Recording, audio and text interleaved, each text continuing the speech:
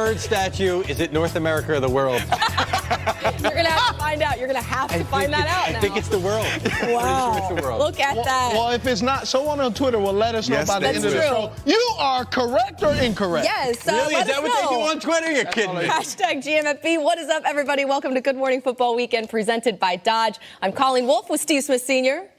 Michael Robinson. Hey, people, Grand Rise. And Mike Garafolo. In the world. I'm going with world. In the world? Okay. You're still on it.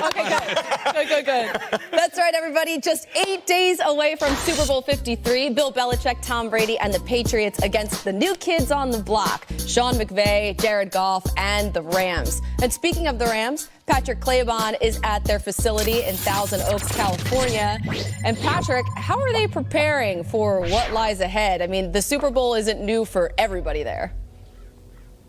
No, they've got some guys with some experience in the way they're preparing. Colleen, good morning to all of you guys. Early out here in Thousand Oaks, we weren't the first people here. Rams head coach Sean McVay here before 5 o'clock a.m. this morning preparing. They have one more practice here in Thousand Oaks, and then tomorrow there's a celebration, a send-off at the new stadium site down in Inglewood. They're set to land in Atlanta, home of large bird statues at 7 o'clock tomorrow. And then it's probably going to be a week of people asking guys like Brandon Cooks about their experience in the Super Bowl. And Brandon Cooks is quick to credit Bill Belichick and Josh McDaniels for everything that he learned. Says that they made him a smarter player while he was in New England, but he doesn't want to answer a whole bunch of questions about his Super Bowl experience because, frankly, he was mad after it. He had one catch for 23 yards. A lot of people remember the big hit from Malcolm Jenkins, had to leave the game with a concussion.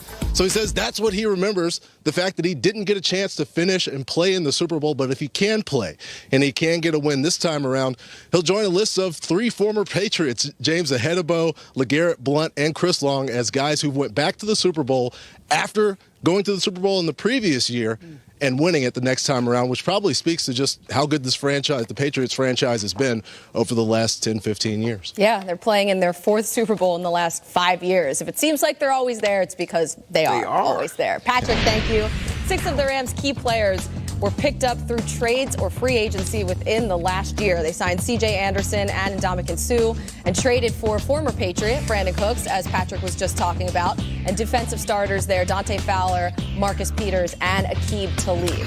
So the team that wins the offseason, though, rarely wins the postseason, too. So how is this kind of different for the Rams, Steve? Well, you got to look at it with the 2 guys that are calling all the shots, and that is Les Snead and Sean McVay. They understand what they want, what type of players that they want, but they also understand in those type of players you have to come in with a game plan. And dealing with mature men who understand the game is when you bring me in free agency, explain my role. And these guys understand their role because it was explained, it was laid out on the table. When you don't do that, that is when you have issues. They have figured out the formula that other teams have not.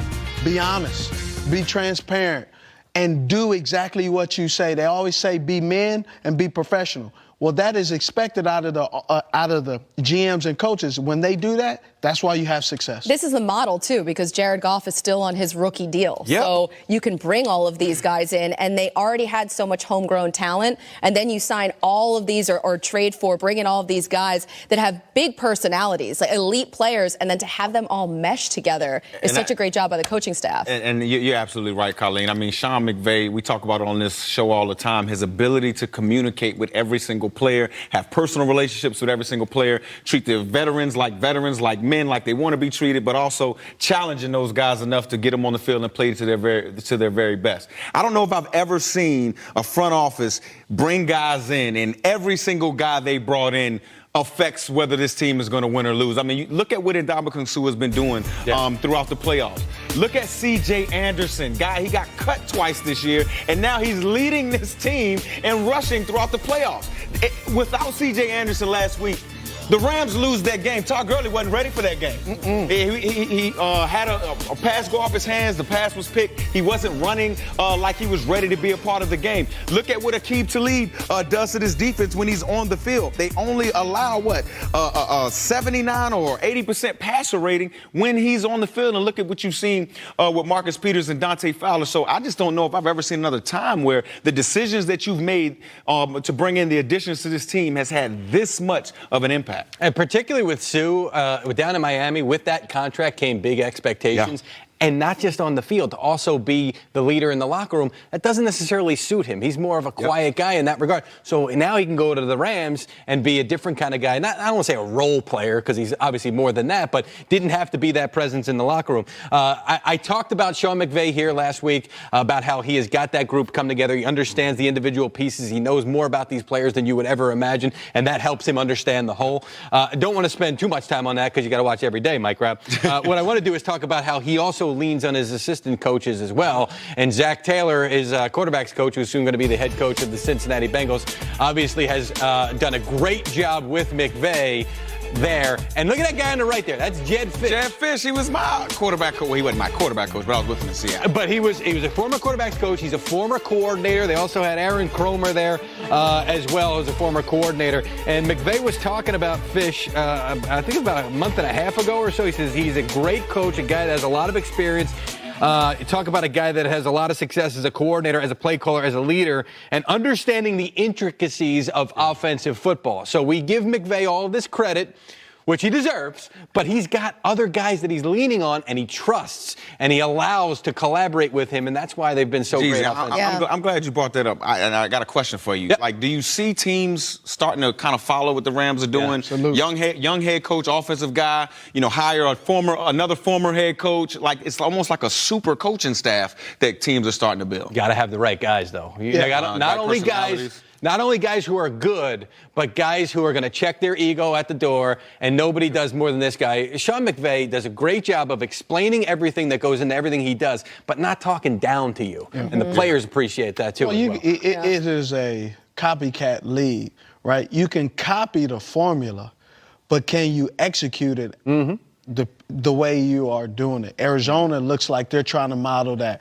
The Bengals are trying to model it, but they also understand, just like Sean McVay has, his success has not shown it, but it's a learning curve for all first-year head coaches. So it's going to be a process. You're not going to have the success, so you need to also be patient.